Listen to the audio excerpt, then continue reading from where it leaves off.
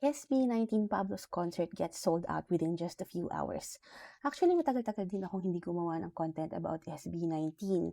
So much has happened, including the introduction of their new girl group, Sonara, with their hit song Tabi Tabi. So, I am one of those who fell in love with SB19, especially when they were just beginning. Napanood ko yung viral dance technique nila or choreography nila that got them famous. So, very favorite ko nga yung mga song na Tila Luha, Go Up, Gento, and Mapa. So, I'm not really a particular fan of some of the newer songs like itong Emoji. So, for a while, I stopped making a content about them kasi I find that the new songs were gearing away from the image and tone that I was really used to.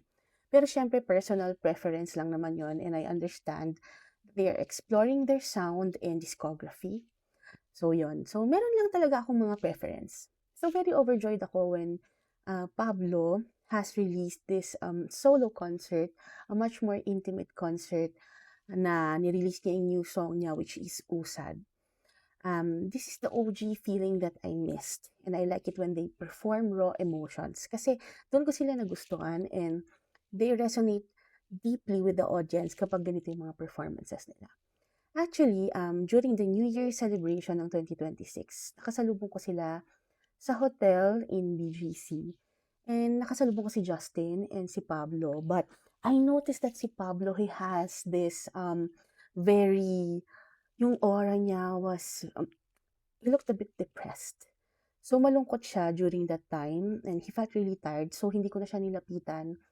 And I really wanted to give him his privacy kahit na super gusto ko talaga siyang makausap and ano. Actually, si Josh na lang yung kinausap ko because Josh was still ready to say hi and mingle during that time. So, na-notice ko yung aura ni Pablo. He was very gloomy and very sad. So, masaya ako makita that he did a busking sa BGC ba yun? And it felt more like him and he looked happier. Kasi sometimes when you are running one of the biggest company in the Philippines, at hindi lamang sa Philippines but in Asia, and you're creating something that should be groundbreaking in yung music industry like Wansay Entertainment and dealing with the press, the fandom, and making it work with your teammates or bandmates, sometimes it can really be taxing. And just imagine, meron na silang Sonara, which problema din nila kung paano aayusin at pagagandahin. So, it was refreshing to see that amidst all of the fame, the noise, he is taking his time to slow down and give something that is more like him and more true sa pagiging artist niya. So, when he sang sa sold out concert niya sa The Middle, ang kinanta niya yung song na What a Beautiful Name It Is, the Name of Jesus. Alam mo yan, it was so refreshing. Parang, alam mo yun, nabuhusan yung worries ko about the SB19 group, like what direction they are taking.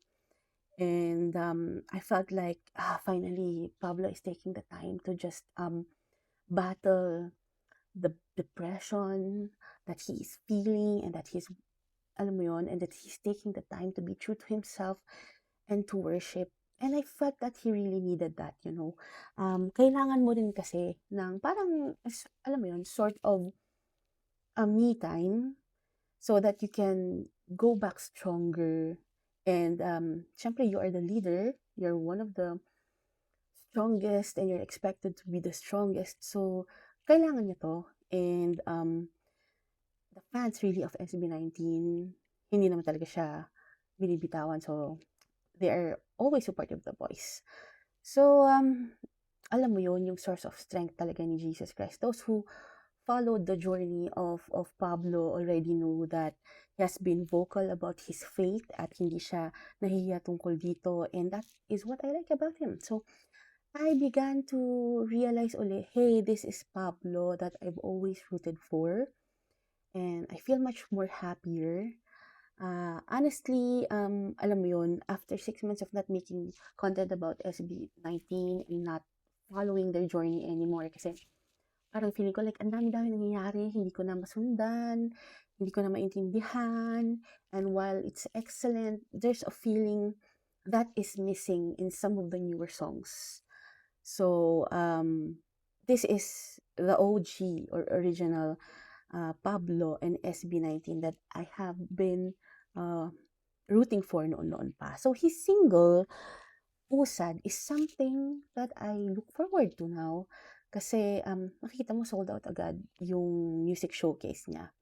Kasi alam naman ng mga tao na pag si Pablo, alam mo yun, it's always the best. Like kahit na busking lang yan, hindi niya pinababayaan, it's still the best and it's still excellent whether you're paying for 1,000 or you're not paying for anything or whether you're paying for so much money, alam mo yun, it will get the same high caliber quality. So his new album is a mix of R&B, gospel, and rap, and it was released on July 17. The middle is a prelude and aims to give fans a better chance to get to know the artist.